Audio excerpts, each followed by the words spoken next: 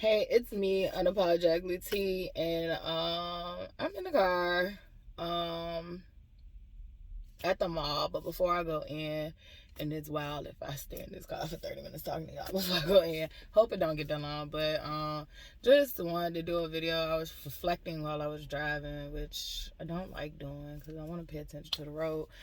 But sometimes it be like that, and I was paying attention, but just not like I like to be real focused. So while driving, I kept thinking about this journey, this new journey. Like, I'm reflecting on it. Like, I quit my job.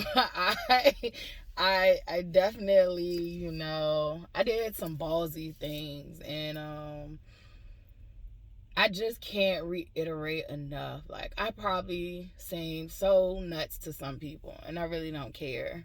I think I actually was nuts when I was living a lie.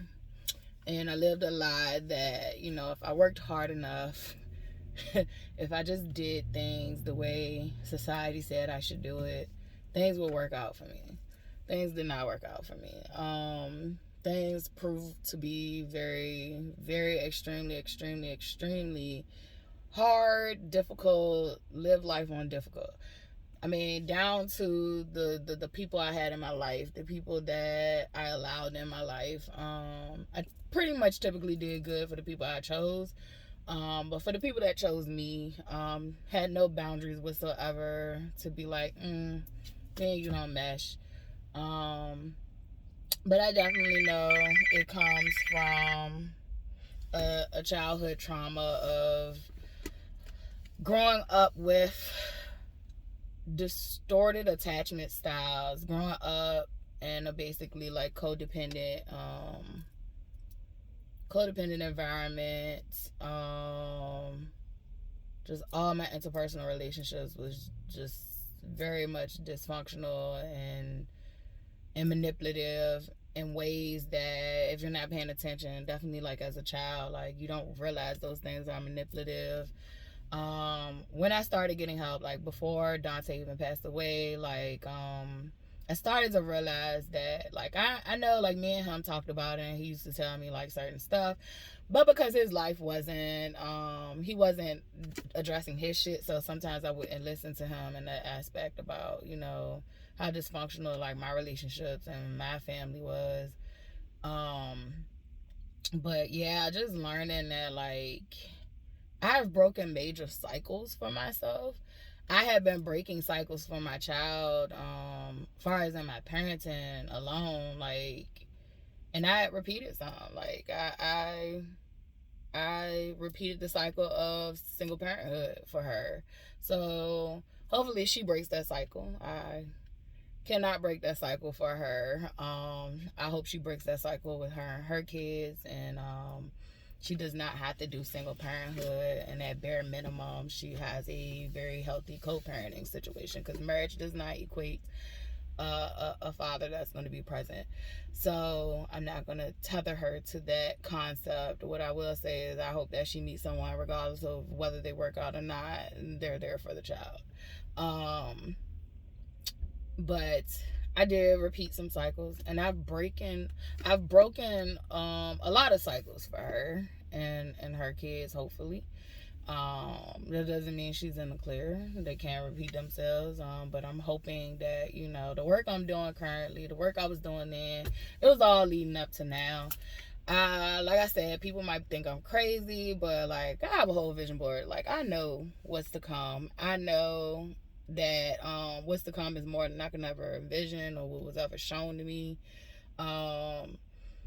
It's just this game of learning balance, and I wanted to do this video because I feel like sometimes we look for validation in others, and like I was a person who always sought validation. It was a childhood thing that I grew up wanting validation, because I was just super deprived. And also I was manipulated that like if I did what my mom wanted or what she deemed as good, which pretty much like school and doing these certain things, like I was rewarded. And like it's still a form of manipulation because like it was never always, you know, things that I wasn't supported in things that I wanted to do, my interest. Yes, education was always a strong interest for me on average.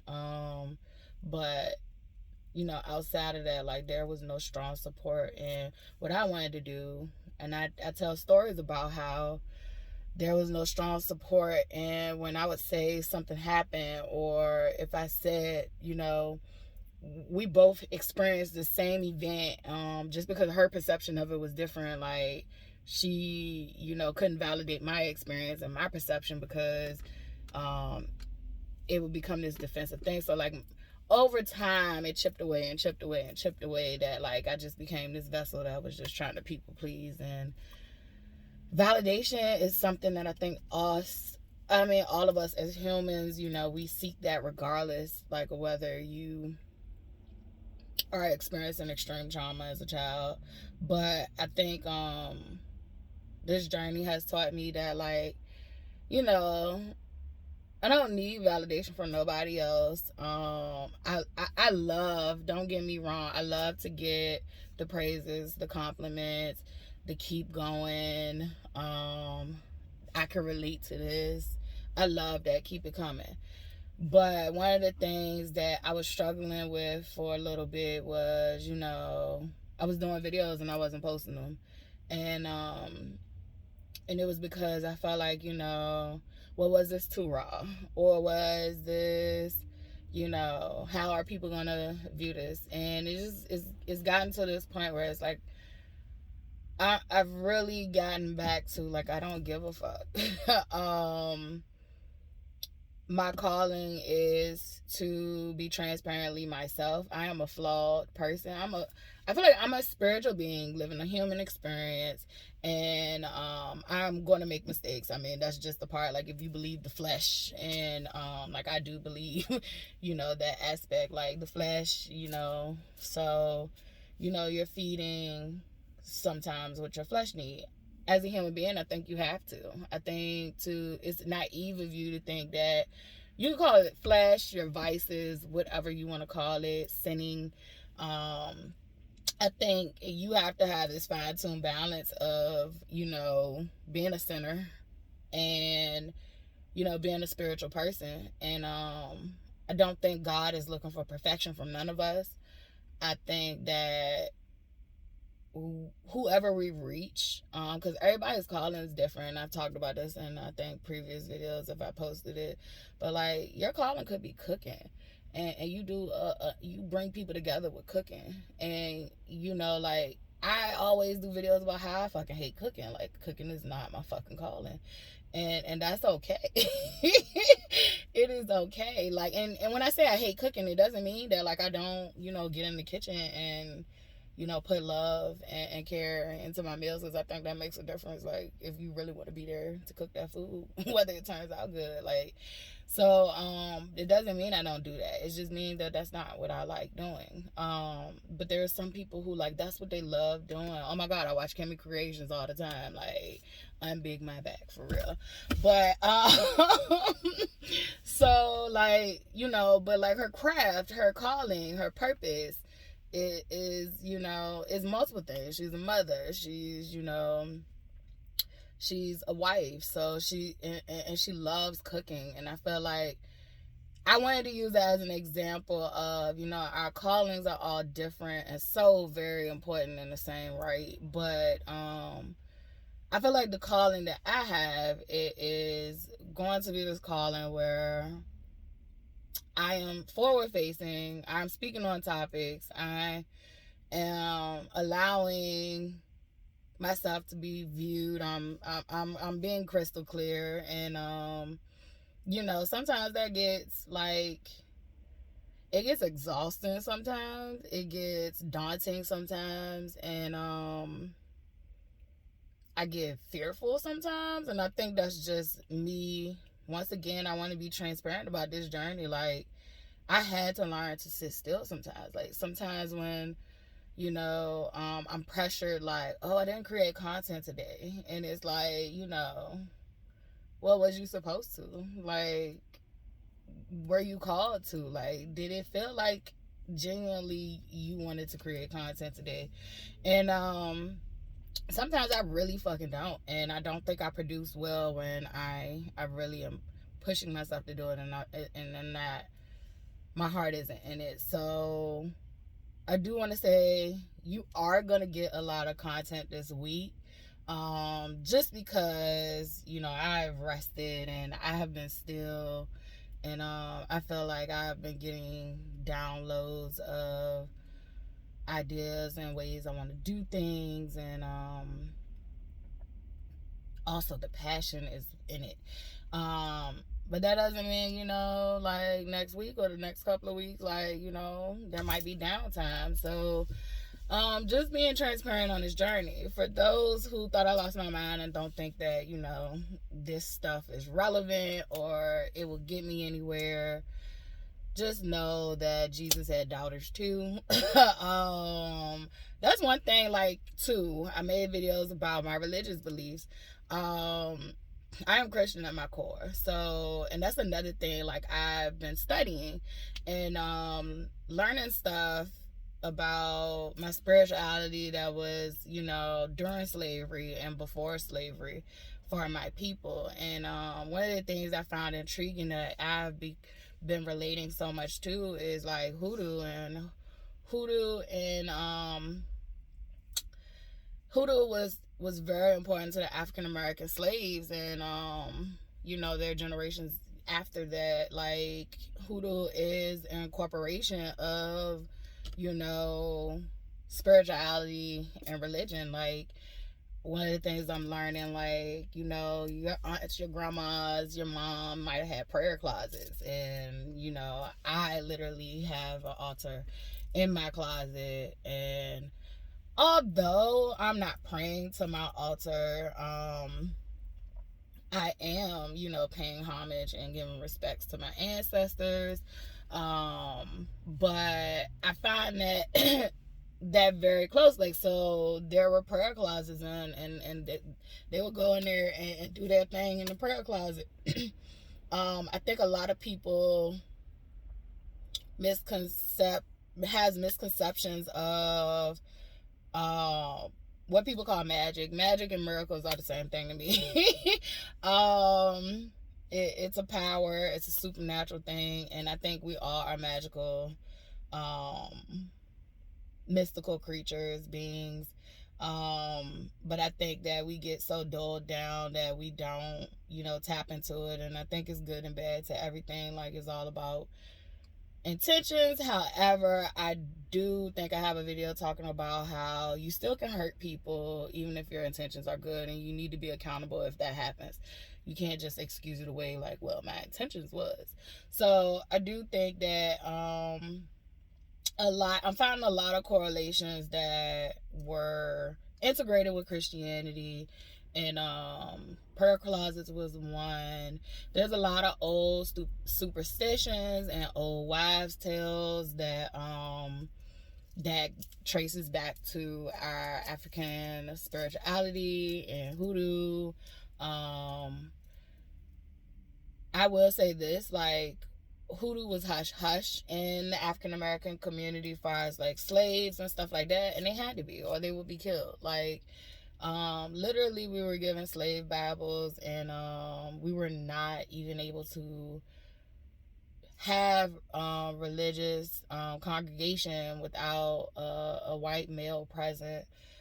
So they was making sure that the teachings were on point and no one was trying to escape slavery. Very sick, twisted history. And hoodoo, you know, played a major part in why some of us are still here. So finding respects to that. I feel like for me, like, when I think about spell work, I pray all the time. When you talk, you speak in spells, and I think I pray all the time. And so when I look at and listen to people say like weird shit about people who are not necessarily like identifying with religions, but they identify with a higher power, whether it be the universe, you know, source, God, whatever, like, I feel like we all praying to the same source. So that's just that. And but yeah, like, When you're manifesting, it's prayer. When you're meditating, it's a form of prayer. Like, you're going deep inside. Even if you're meditating, to go within you, like, I still feel like that's a form of prayer. Like, you're clearing the mind space and you're becoming one with yourself. So yeah, like, it's a lot of exploration that I am doing that I feel like it is my birthright to do, and I'm gonna do it. I want to make this clear. I don't look down on nobody's religion. I love all of them. Like, just the other day, I was listening to, I think it's Sora Malik or Malik. I can't remember how to pronounce it, but I was listening to that the other day. So like, I definitely I educate myself in all religions, and I take what works for me, and my God is God. So I don't wish ill will on nobody. I'm human. I can get mad. But it's not like I'm just, I'm in the kitchen and I'm cooking up a spell to hurt anybody. like it is so not like that.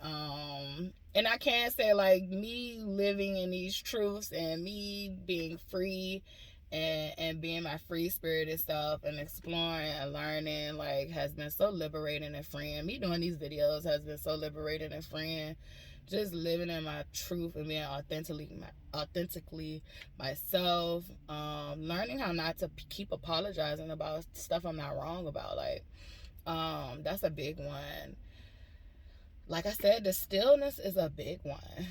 The house is burning down, and it's getting to the final countdown soon. So, but like, I have been living a much peaceful life underneath these circumstances than I have my whole entire life. Like, and I mean that wholeheartedly.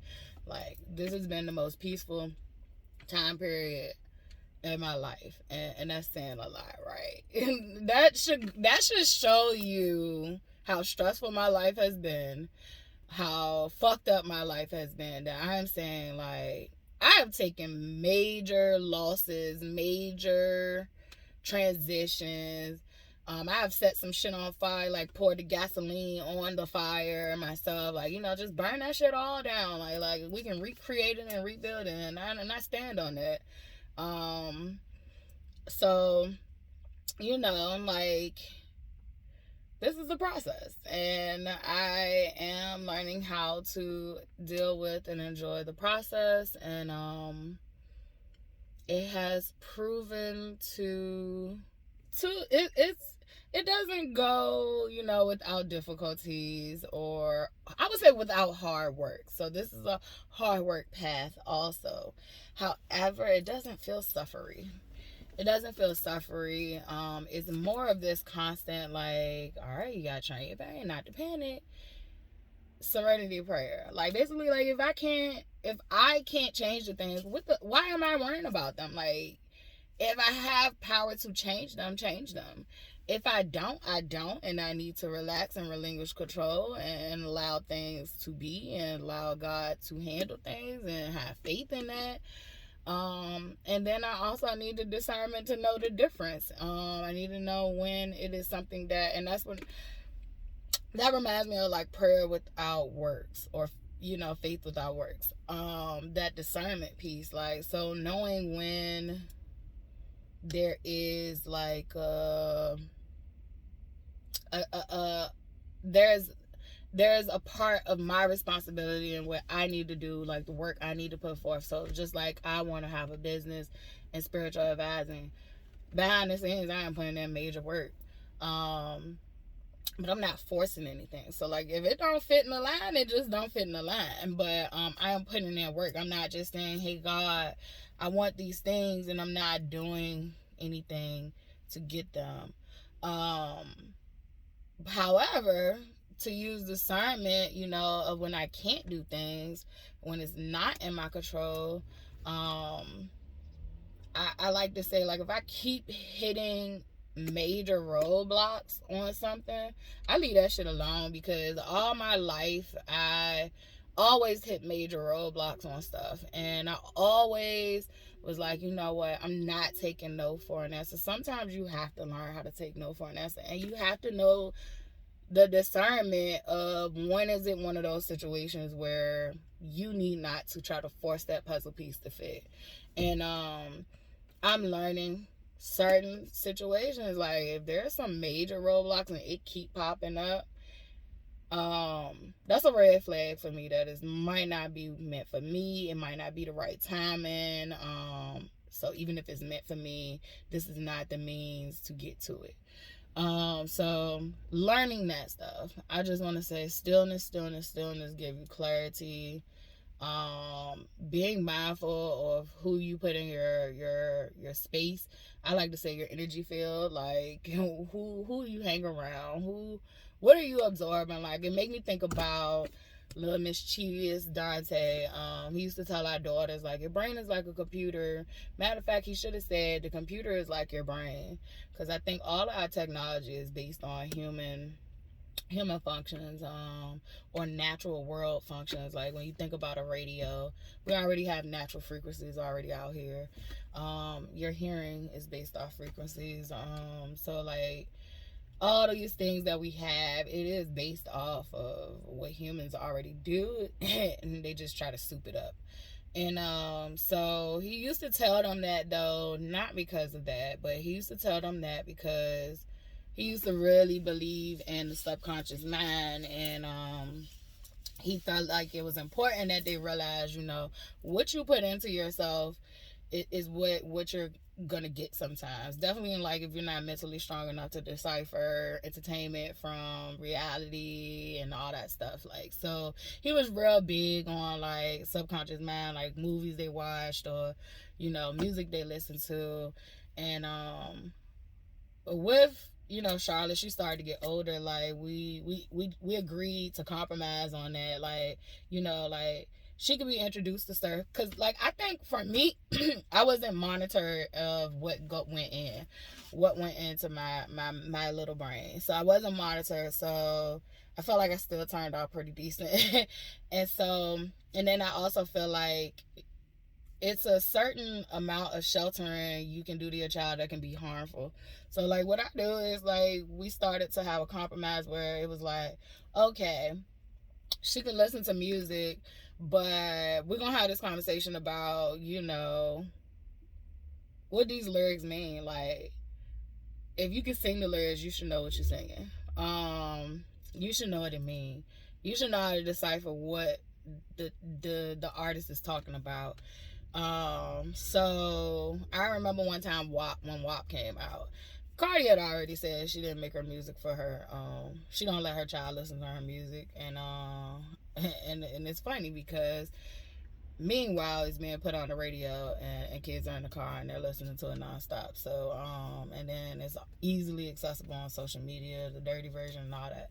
So it'd be funny and hypocritical, but that's just life. I do have, I think it's part parent, part society's job to keep adult music for adults. However, for my child, because I grew up like listening to Tupac 16 on Death Row at a very young age, crying like, oh my gosh, we got black kids that's suffering, and it was a true fucking thing. So like I said, I grew up unfiltered. I watched Pimps Up, Hoes Down. Like, I'm sitting there crying about sex trafficking, and like, oh my gosh, it's horrendous that these women are going through this. Like, so like I definitely got, and granted, I don't think my mom knew I was watching these things. It's just that screen time wasn't monitored. So like if I was up late, and we had cable during the time, like I would be watching shit that I shouldn't have watched. Like I used to watch Taxi Cab Confessions, like shouldn't have been watching it. Real sex, like, so my sexuality and all that stuff, like I got to learn about stuff that probably shouldn't have been learned about in childhood, but definitely thankful because it made me a more open-minded person. And and I don't look down on people. So saying that, like, we, you know, WAP came out, and at the time I don't even think she had a phone, because like that was another strict rule we had, like no technology, like far as phones, social media accounts, or any of that stuff. So I remember she I think she went to public school, so she, you know, would hear songs and music from other kids. So I think she either came home singing about it or heard us talking about it. And anyway, we got on the conversation of, you know, what the song was talking about, and we told her, like, we didn't use the P word, but we talked about that it was about the female human anatomy, and what the song meant. Like, we did break it down. So you know, it was like, you know, do you want to sing this song? And at her age, it was the fucking grossest thing once she figured out that's what the song was about.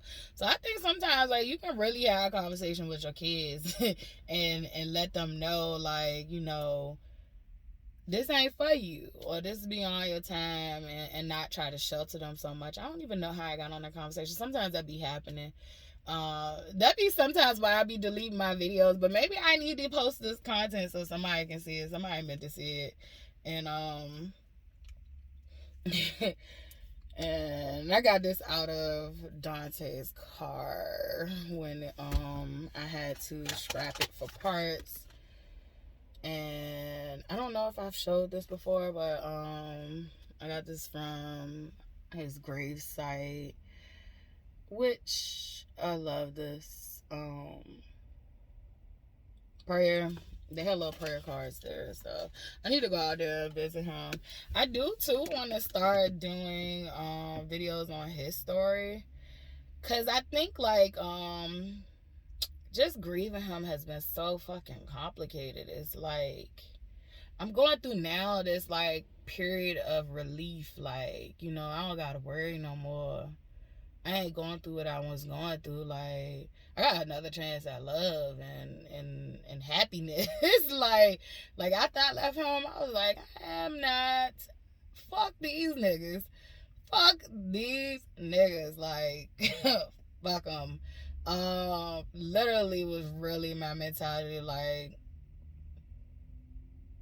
I felt like Marge when I thought about men. That's it. That's the Marge grown. I definitely felt like her. So, like, it's been a difficult grieve. Like, it's hard to grieve, you know, a person that's been abusive to you. I think a lot of people who had narcissistic parents and family members, like, they get it. They get it. You can miss a person, but also have this moment of fucking distaste and dismay with them. And sometimes I have that as well. But I felt like he had a story to tell, and one that he always used to tell me, and, like, I know it from his perspective, and I know some other moving parts and other people's perspective that wasn't always viewed and heard. So one day I do want to tell parts of his story that I know, or if I piece together to be true. I ain't gonna say I know to be true. I would say, you know, from his perspective of what he told me and what I observed. So I do want to do that one day, just so you can get a glimpse of, like, you know, why was you even intrigued? Why did you stay? Like, he wasn't all bad all the time. But he definitely had a story. He had a story. He did not triumph like he could have. And I say that only from the viewpoint of potential. And I'm learning that, you know, potential is what you see. Sometimes people are showing up who they are. So we just want to see them as something different. But he was very intelligent. Can't take that away from him. And for him to not finish high school and to get actual, you know, GED, I give him his props. He read a lot. So, and he listened to, like, certain, you know, intellectual podcasts and current event stuff. And we related a lot on that. However, that does not hold two people together. I do think had no, because sometimes like I felt like, but I think the damage was done though, like because even when he would be clean, like he had got to a point where like it was just so much damage done to me, and it was like he had this mentality like that was in the past, and like we should just move forward. And it's like, bro, we can address shit that happened. We ain't address shit that happened yesterday. Like today you're clean, like, and then tomorrow you might not be, because this is how the cycle goes. So we definitely struggle. So I wouldn't even say like, you know, had he been clean our whole entire relationship, things would have been okay, because he made mistakes, you know, that didn't have nothing to do with drug abuse. He definitely had like a sex addiction, a cheating addiction. And I think that was him trying to fill a void. All of it was him trying to fill voids. So, like, but I stuck it out with him like that. I definitely share. A piece of paper couldn't make it more. As you can see, to death do us part. Cause even when I left, like I was gone physically, but like, you know, that was still this piece of me that was with him, and this piece of him that was with me. And I think all too many times we definitely, people that don't understand abuse, you think about like, why don't you just leave? It's hard as hell to just leave. Once you do though, like it's liberating, and you know you don't want to necessarily go back. But I think one of the reasons most abuse victims do go back is because it's hard to cut ties. Like it's almost like the same as like he had an addiction to drugs, I had an addiction to the abuse. And that's just simple as that. I can only put it for me like that. It was like a drug. The highs were really really high, and the lows was really really fucking low. And so I wouldn't necessarily say it was the addiction to abuse, but it's the addiction to, I was used to this chaotic love cycle growing up, period, point blank. So it was what I knew. And I think, you know, chaos can be that comfort that some of us grew up knowing. And so I've been reflecting on so much, and I just wanted to do this video, and it has turned into me sitting in my fucking car for too long. So I encourage you to enjoy your day. I was gonna get out here and enjoy nature. Yesterday fucked me up though. It was like, as soon as I got out there, I started to feel the pollen. Today it looked like it might rain, so I'm gonna get in this store, and I am going to head home after that and be a mom and play Hogwarts. And after I finish up with Hogwarts, I would like either to